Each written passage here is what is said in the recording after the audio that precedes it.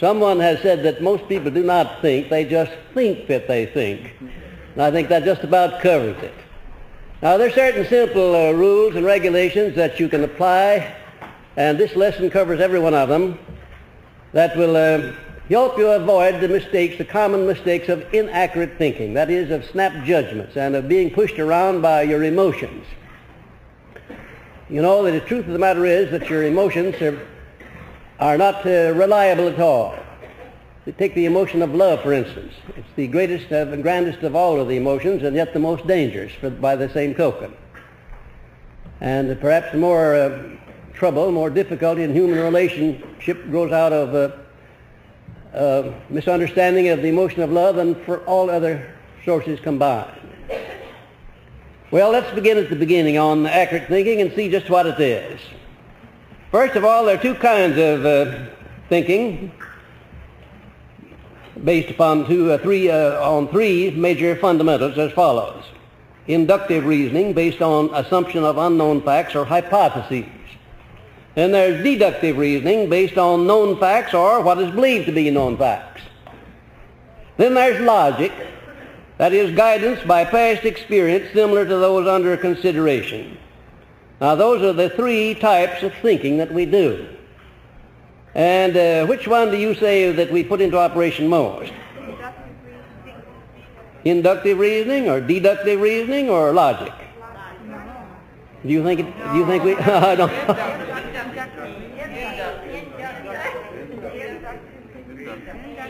Now, inductive reasoning is based on assumption of unknown facts or hypotheses. You just assume, you don't know the facts, but you assume that they exist, and you create them and base your judgment on what you have created.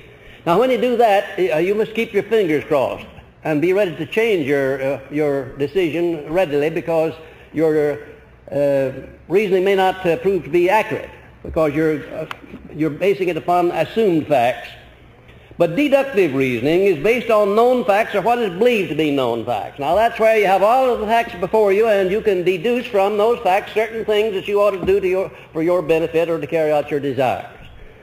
And that is that's supposed to be the type of reasoning or thinking that the majority of people engage in, only they don't do a very good job of it. Now there are two major steps in accurate thinking, and they are, first of all, separate facts from fiction or hearsay evidence. That's the first step. Before you do any thinking at all, you must find out whether you're dealing with facts or fiction, real evidence or hearsay evidence. And if you're dealing with fiction or hearsay evidence, it behooves you to be exceptionally careful, to keep an open mind and not to reach a final decision until you have examined those facts very carefully. And second, separate facts into two classes: important and unimportant. Now, what is an important fact? You'll be surprised when I tell you that the vast majority of facts that we deal with, I'm talking about facts now, not hearsay evidence, not hypotheses, the vast number of facts that the majority of us deal with day in, day out are relatively unimportant. Why?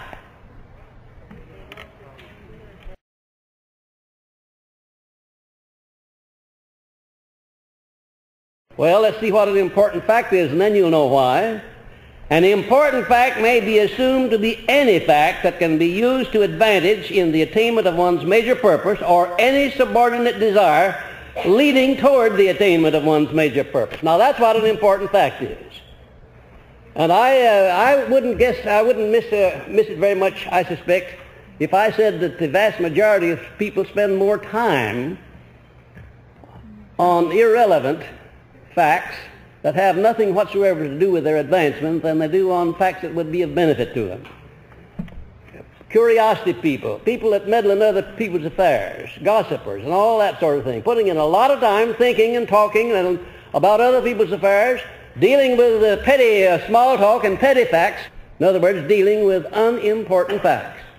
If you doubt that what I've just said is true, take inventory of the facts that you deal with for one whole day, and just sum up at the end of the day and see how many really important facts you have been dealing with.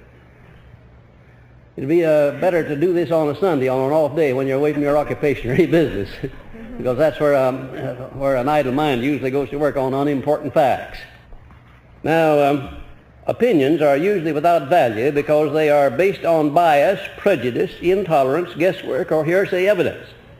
It's surprising to take inventory and find out how many people have how many opinions on how many things that have no basis whatsoever, except the way they feel or what somebody said to them or what newspaper they read or what influence they've come under. Most of our opinions come as a result of influences that we don't have any control over. Free advice volunteered by friends and acquaintances is usually not worthy of consideration. Why?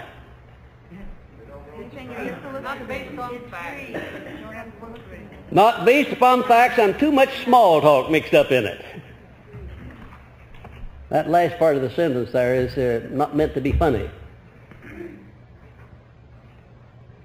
Free advice volunteered by friends and acquaintances is usually not worthy of consideration. What kind of advice is the most desirable advice when you need advice? How do you go about getting it, and what kind of advice would you recommend? Someone who is a specialist, who's known to be a specialist in connection with a problem at hand, and go and pay him for his services. Don't go after any for free advice. And speaking of free advice, I just want to tell you what happened to a student of mine, a friend of mine first, and then a student out in California. For 3 years, he used to come over to my house every weekend and spend 3 or 4 hours, for which I ordinarily would get $50 an hour, but I didn't get anything from him because he's a friend and acquaintance. So he'd come over there to get 3 or 4 hours of free counsel, and, well, I gave it to him. I gave it to him every time he came, but he didn't hear a single word that I said. Not a word. That went on for 3 years. And finally he came over. One afternoon, and I said, now look here, Elmer. I have been giving you free counsel for 3 years, and you haven't heard a darn thing. Only darn's not the word I use. You haven't heard a darn thing that I've been saying. Now, you'll never get any value out of this counsel that I'm giving until you start paying for it. Now, why don't you just go ahead? We're starting a master course right away. Why don't you go ahead and join that course like everybody else, and then you commence getting some value. He took out his checkbook and gave me a check for the master course, and entered the course and went through it. And I want to tell you that his business affairs began to thrive from that moment on. I have never seen a man grow and develop so fast. After he paid a substantial sum for some counsel, he commenced listening to it and putting it into action. And that's human nature I'm talking about. I'm telling you it is for a fact. Free advice, you know, it's just about worth what it costs. Everything in this world is worth just about what it costs. Love and friendship. What are love and friendship worth? A lot. Do they have any price? No. Well, now you try and get love and friendship without paying the price and see how far you go. Those are two things that you can only get by giving them. You can only get the real McCoy by giving the real McCoy. That's the only way you can get them. And if you try to mooch, get friendship and love without giving in return, your source of supply will soon play out. Accurate thinkers permit no one to do their thinking for them. Now, what do you think about that? How many people are there that permit the circumstances and influences and radio and television and newspapers and other people and relatives to do the thinking for them? How many do you think, what percentage would you say of the people permit that? 97, 99, and somebody said 100. Well, it's not quite that bad. Not quite. But I want to tell you the percentages are way up there. No fooling. Allowing other people to do the thinking for them. If I have one asset that I feel proudest of, and I do, I have one that I feel really proud of, and I bet you'd never guess what it is. Think for yourself. Well, now what is it? Courage of your conviction.